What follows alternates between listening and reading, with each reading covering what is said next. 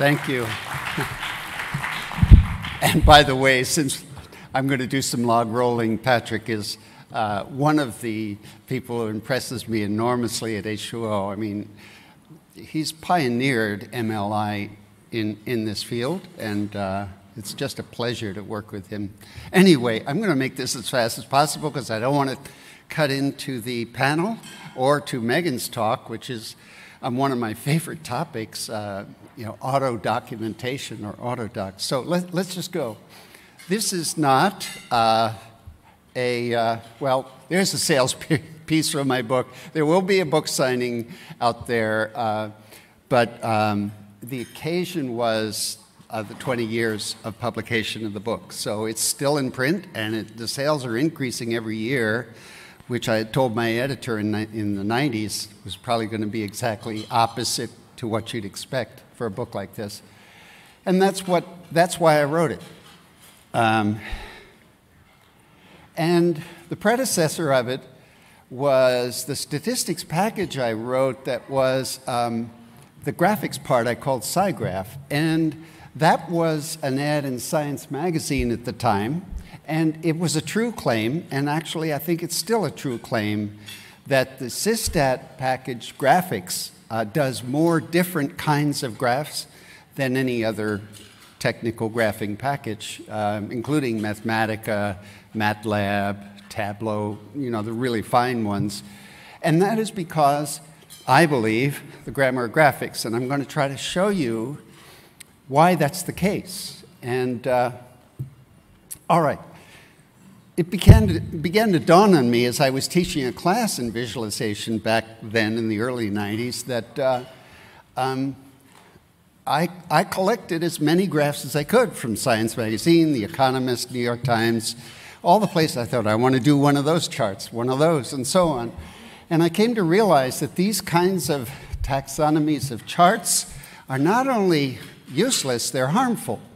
I'm quoting from a famous paper in computing, some of you may remember years ago, the go-to considered harmful as a statement in like Fortran. And these are popular things. You may have seen the most ridiculous one in the upper left-hand corner, as if the periodic table had anything to do with charts. Let's stuff it in there, and here's why. That one on the left is similar to the one on the right. I'm not expecting you to know why, but maybe we'll get an idea of that. That one is similar to that one, but this one on the left is not in any way similar to the one on the right. Even though they both look like pie charts, the one on the right's a nightingale rose. And if you go to a lot of textbooks in Viz, you'll see that, oh, those are very similar charts. You can do one or the other. No, you can't. Here's the fundamental rule of the grammar of graphics. It's from high school or grade school mathematics.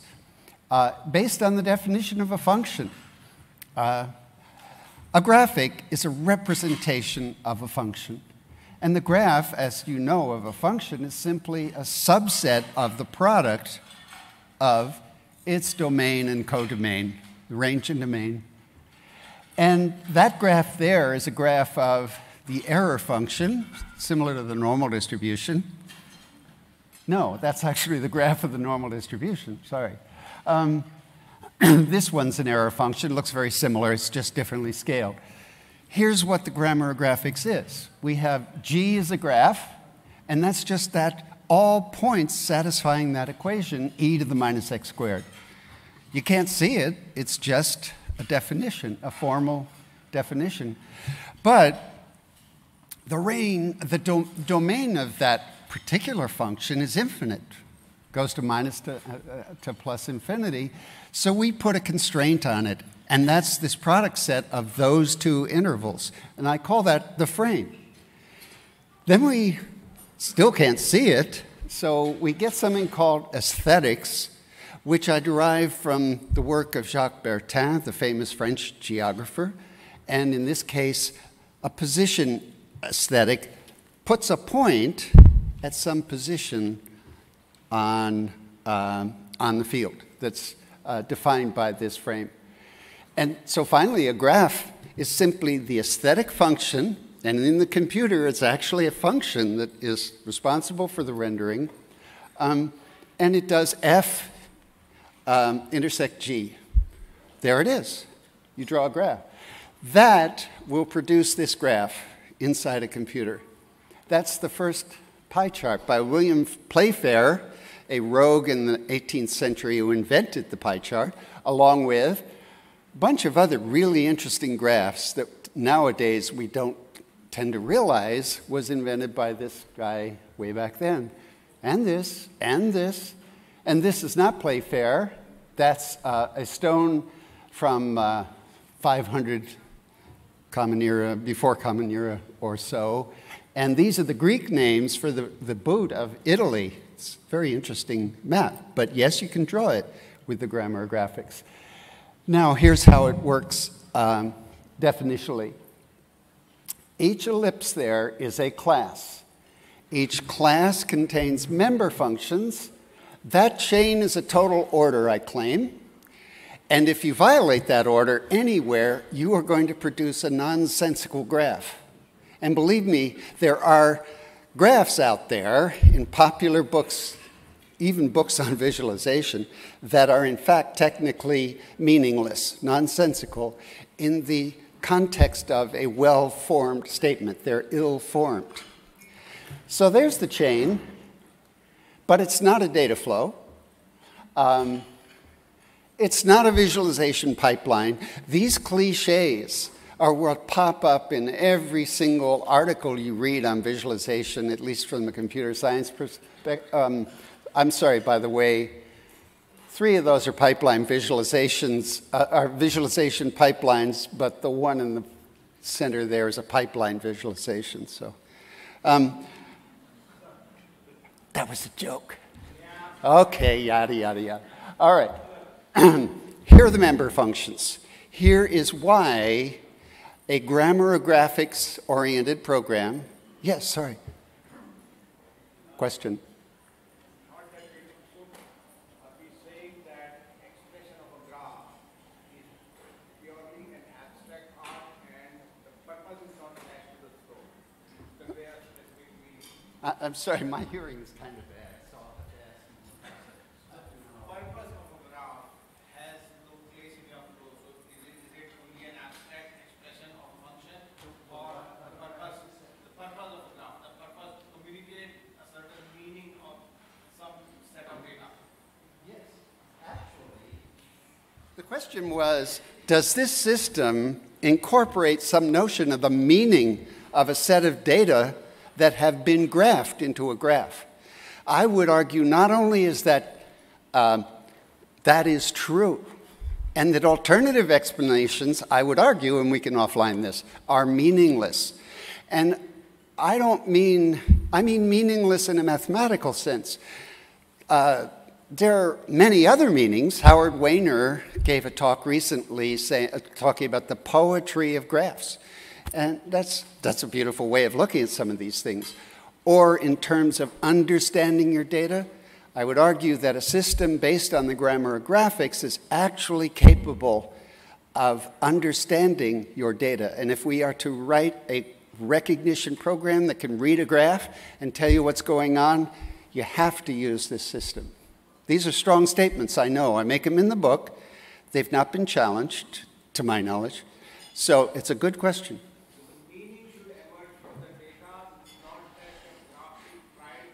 No, actually, data have no meaning whatsoever.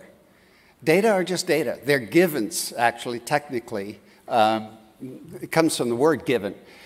Only models have meaning. We take models, and again, we should offline this. We impose our models on the world. And then those models, coupled with the data that are found to be consistent or inconsistent with those models, has meaning. That's what we can talk about. But I can't talk about the fact that such and such was bought 5 times on the open market. What's that mean? You need a model. Is that rare? Is it common? Etc. That's the perspective I have here.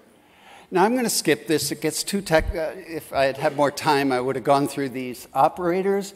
But there are 3 operators in the algebra stage of this, and they do those types of operations. There's a cross operation, which is like a vector product.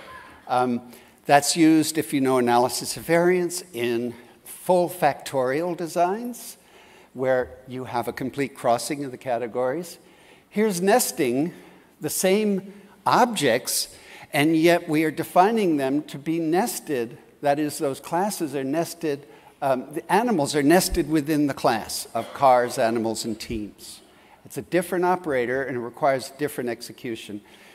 Here is the last of the operators, and it's for repeated measures types of data. And I'm just going to run quickly over. I'm not going to be able to do much with this except to say the expression at the very bottom of the screen, H against T within M by V crossed with O, is a direct representation of the model directly above it, which is, in this case, in the case of this data set, the most plausible subset model. And the data were head injuries of cars and trucks when tested by the US government. And from that, you actually can visualize. You can go either way, back to the model or back to the visualization. The computer made it automatically. Well, scales are the third step in the representation. And again, I'm going to just run through that. Mention that measurement units are needed inside a system to allow some of these operators to be well defined. We can blend, for example, stones with pounds with kilograms, but we can't blend kilograms with speed or velocity, that sort of thing. And that's what these units help us to do. The next step in the stream is statistics. Here are 4 different graphics with all of them have different statistical methods. It's the same graph type, that is to say those blue things in the middle are the graphs, and yet each one has a different statistic that is associated with it. Conversely, here's different graph types, fundamentally different geometric types, and yet it's one statistic based on, in this case, a confidence interval for a regression line. Now, almost nobody considers graphics in these terms, but you can have, in addition to scales, like a log scale, you can also have coordinates like conformal mappings or a fisheye projection or spherical or polar, etc., coordinates. Polar, by the way, is how we make pie charts. There's a pie chart. The element is an interval element, but it's been embedded in a polar space. Here's the same graph, and all we did was change that first line of the graphics production language, and we changed it to mapping rho, the radius in that case, and get a circular graph. And you don't need to write any other rendering software to make that change. Here's again another change in polar coordinates, in which on the left we made a dot plot, and on the right we made a histogram, and both of those were a polar coordinate with a fixed radius. And one of my favorites, here's a polar of a polar, which is the only way you can plot those graphs. Those are wind directions in each little circle. Makes sense. That's the way the data should be plotted, I maintain. But they're periodic over the year. So they should be organized in a circle, not in a straight line, not in a row. This is really my favorite. I took some data where it was quite clear that the use of a smoother, in this case low S, required a coordinate transformation. In this case, it was a conformal mapping. And the smoother works beautifully. The residuals, the distributions of those points around that red line are quite uniform.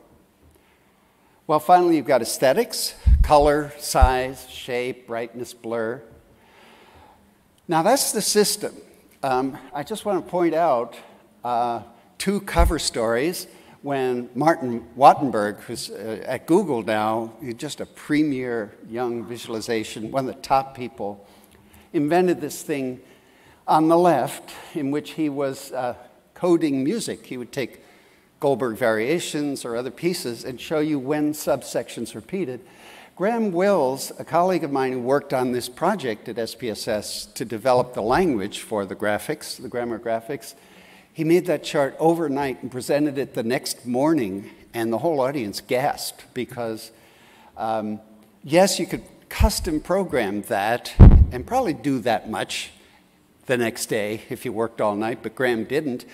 And moreover, there was another talk in that special section, and Graham reproduced the other complicated graphic in that talk with just a few lines of code using that system. All right, I'll wrap it up by talking about to-dos. They're not things we have to do. They've been done, but in some cases they were done by some systems incorrectly. Here's an example of getting the function chain wrong. Someone didn't realize, and the bottom example illustrates it, that when you do your transformation, it has to be done at the time in that row that it's done. And if you don't do that, and you transform, in this case, it was a log-log transform, to make the points look great, which they do in both graphs on the right, but look what happened.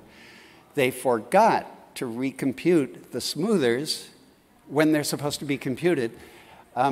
That's Tableau, which in other cases does follow the grammar graphics quite closely and did a great job. What about big data? Well, at H2O, we've developed an algorithm, and it's now implemented in driverless AI, for aggregating big data. You can't just take big data, even if you could in real time, plot it as a big black spot in the middle of a scatter plot, for example. You don't learn anything. So how can you sample? Well, first of all, you can't sample. If you sample randomly, you're going to miss outliers. They have a very low probability of being selected when you have a billion rows or whatever. So that's basically, I'm not going to describe the algorithm, but that's basically what it's doing, which is like a set cover. Instead of cluster analyzing with k-means or something, where the clusters are all different sizes and shapes, we constrain these to be balls in a high-dimensional space, or in 2D, it's disks, and they cover, and all the members inside each disk are recorded, so that when you go to compute a smoother or some statistical measure, all your statistics have to allow for weighting of each row when you do the calculation. And that's another thing that's rarely done in visualization because we never think about the possibility of aggregated data. And the bottom example on the right is taking 1 million points, bringing them down to about 1,000, and it's almost indistinguishable from the original. There's a new UI that we've been developing, particularly Prithvi Prabhu, who I believe talked in the next room, and who's the head of the Q project. Prithvi's done that magnificent work on the right. Those are table, it's just a picture, but you get the idea that you can go through the data and find where things are. In the grammar graphics, I introduced this idea of a whiteboard, which is what Tableau implemented there, and users just love it. You drag both names of the variables and the types of geometric objects in the window, and they just go boom. It's a beautiful way of constructing graphs, I believe. Automatic visualization, I think most of you have heard about AutoViz in driverless, so I'm not going to take any time on it. But down deep under the covers is a grammar graphics architecture. I'll only give a plug to one of my favorite people in all the world of visualization, Jeffrey Hare at University of Washington, absolutely brilliant computer scientist, who picked up on one of the chapters in the book where I wrote an outline for how to make a program read a chart, and that does get back to the meaning question. Suppose you're looking at the chart and you want to capture all the data. How do you do that? It's pretty trivial with a scatter plot. What about a pie chart or parallel coordinate plots and other complicated plots? Well, Jeff and his team did that in a paper a few years ago. So people ask me, when is the third edition coming out? Never. I've said all I have to say, so thank you.